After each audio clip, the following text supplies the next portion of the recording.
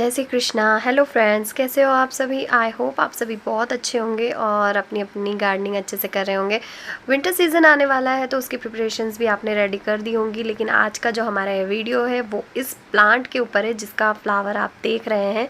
और फ्रेंड्स, जैसा कि आपने टाइटल में पढ़ा है कि नर्सरी वाले ने तो प्लांट का नाम ही बदल दिया। नर्सरी वाले ने मुझे ये प्लांट साल्विया नाम से कह के दिया था।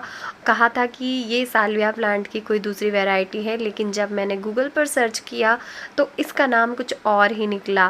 फ्रेंड्स, इसका नाम है लॉलीपॉप प्लांट। यानी कि ये प्लांट बहुत ही बुशी हो जाता है आगे चल के अगर आप इसकी अच्छे से केयर करें, और बहुत सारी ब्रांचेस इसमें निकलती है और ढेरों इस तरीके से एक ही स्टेम पे एक फ्लावर खिलता है। और जब ये इकट्ठे बुशी होकर के खिलते हैं तो फ्रेंड्स बहुत ही खूबसूरत लगते हैं। तो मुझे लगा ये साल्विया की तरह छोटे से पॉट में भी चल जाएगा, लेकिन ये प्लांट मैंने जब गूगल पर देखा तो उसमें बहुत ही बड़ी मतलब इसकी ब्रांचेस है। बहुत बड़ी मतलब थोड़ा इससे बड़ा, यानी कि कम से कम 12 इंच तक का ये प्लांट जाता है और बहुत ही सुंदर लगता है। 12 इंच 18 इंच तक की इसकी ब्रांचेस जाती है। तो पॉट इसे बड़ा चाहिए। तो जैसा कि आप देख रहे हैं, ये नर्सरी से ही मैं पॉट में ही लेकर के आई थी इस लॉलीपॉप प्लांट को। इसमें 2 ब्रांचेस यानी कि 2 कटिंग लगी हुई हैं, यानी कि ये कटिंग से ग्रो हो जाता है बड़ी आसानी से। तो फ्रेंड्स, इसकी आगे फ्यूचर में हम कटिंग भी ग्रो करेंगे, बट फिलहाल अभी जो ये प्लांट है इसे हम छोटा नहीं और बड़ा गमला देते हैं। और बड़े गमले के लिए मैंने यहाँ पर चूज़ किया है 8 इंच का गमला, ताकि इसमें अच्छे से फैल जाएगा ना, तो फिर मैं 12 इंच के गमले में भी इसको शिफ्ट कर दूंगी। लेकिन फ़िलहाल ये लगा हुआ है 7 इंच या 6 इंच या 5 इंच, ऐसा ही कुछ गमला है, मैंने नापा नहीं है।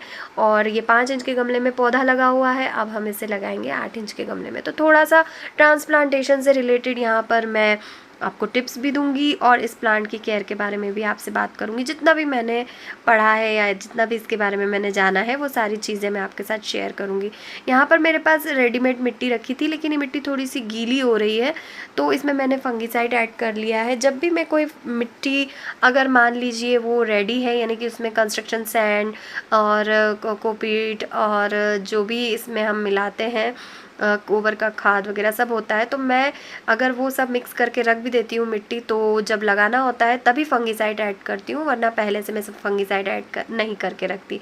तो ड्रेनेज होल के ऊपर हमने जो नीचे छेद होते हैं पॉट में नीचे, उसके ऊपर ग्रीन नेट का जो वेस्ट मटेरियल का कपड़ा है वो रख दिया है। और यहाँ पर थोड़ी सी मिट्टी हम पहले से डालेंगे ताकि जो रूट्स हैं वो मिट्टी को टच कर के और वहाँ से ग्रो हो सके। अब हम इस जो पॉट है इसमें से पौधे को निकालेंगे। फ्रेंड्स, पौधे को निकालने के लिए इस तरीके से आप प्रेस कीजिए, कभी भी स्टेम को पकड़ के मत खींचिए।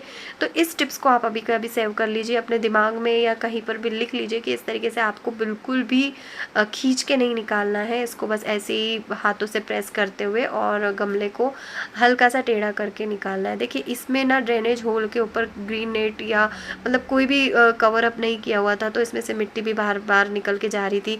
पौधा मेरा जो है पत्तियां गिराने लगा था क्योंकि इसको रूट रॉट होने लगा था। देखिए, नीचे जो है जड़ों का जाल बनने लगा है, तो उससे पौधा खराब होने लगता है। जब पौधे में जड़ों में जाल बनने लगता है, जगह नहीं होती नीचे फैलने की, तो हमें पॉट बदलना होता है या फिर पूरी मिट्टी खाली करके उसकी जड़ों को लूज़ करके और फिर से उसी गमले में लगाना होता है।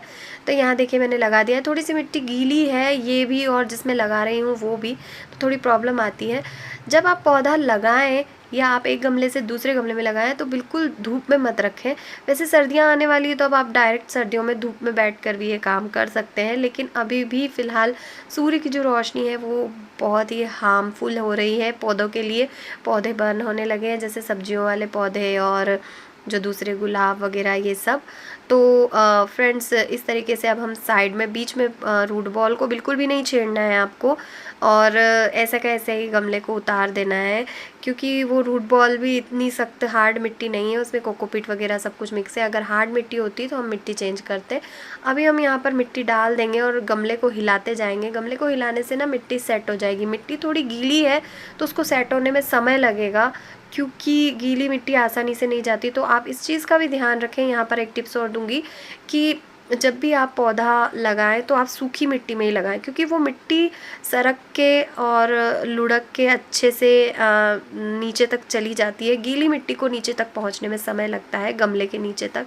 तो इस तरीके से रूट बॉल जो होती है उसके साइडों में से वो मिट्टी खसक के जाती है, तो गीली मिट्टी बड़ी आसानी से नहीं जाती। उसके लिए अब हम क्या करेंगे, यहाँ पर पौधे को लगाने के बाद इसको इस तरीके से प्रेस करेंगे। प्रेस तो हम उस समय भी करते हैं, लेकिन अभी हमें थोड़ा ज़्यादा करना पड़ रहा है। अब हम इसके जो एयर पॉकेट्स है उसको ख़त्म करने के लिए भी इसको प्रेस करेंगे। और फ्रेंड्स, इसको हम थोड़ा पानी डाल के देखेंगे कि मिट्टी कहाँ तक गई है, और पानी डालने से मिट्टी नीचे बैठ भी जाएगी, एयर पॉकेट्स ख़त्म भी हो जाएंगे।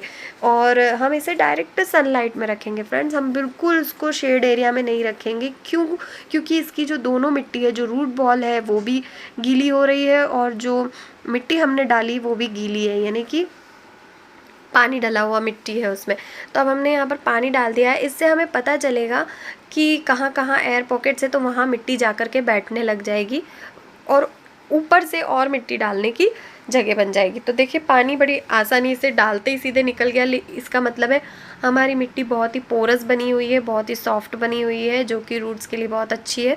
तो देखिए, यहाँ पर मैं धूप में रखने की कोशिश कर रही हूँ, लेकिन मैं यहाँ पर नहीं रखूँगी। मुझे लगता है यहाँ से मुझे हटा लेना चाहिए, क्योंकि यहाँ पर बीच में और भी गमले रखे हैं। तो देखिए, यहाँ पर मिट्टी बैठ गई है, यानी कि जो गीली मिट्टी होती है ना, वो नीचे एयर पॉकेट्स छोड़ देती है। इसीलिए हमने पानी डाला ताकि हमें पता चले कि और कितनी मिट्टी डालना है, ताकि पौधा ख़राब ना हो। अब हम इसमें दोबारा पानी तभी डालेंगे जब इसकी मिट्टी पूरी तरह सूख जाए। तो फ्रेंड्स, यहाँ पर जो मेरी मिट्टी वो थोड़ी स्वागी हो गई है, तो आप एक चीज़ का ध्यान रखें, एक तो मिट्टी सूखी लें, सूखी मिट्टी में ही पौधे को लगाएं। और अगर इस तरीके से स्वागी हो भी गई है तो ऊपर से थोड़ी सी ये इस तरीके की ड्राई मिट्टी डाल करके दोबारा पानी ना डालें।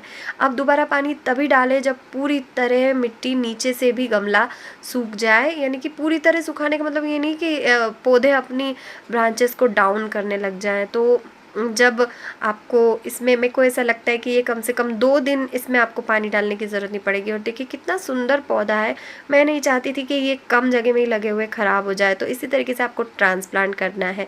आई होप आज का ये वीडियो आपको पसंद आएगा। पसंद आए तो वीडियो को लाइक कीजिए, शेयर कीजिए, मेरे चैनल पर नहीं हुए तो सब्सक्राइब जरूर कीजिए, बेल आइकन और पर प्रेस करना मत भूलिएगा। फ्रेंड्स, आप मुझे इंस्टाग्राम पर भी फॉलो कर सकते हैं, फ्लावर्स एंड किचन गार्डन।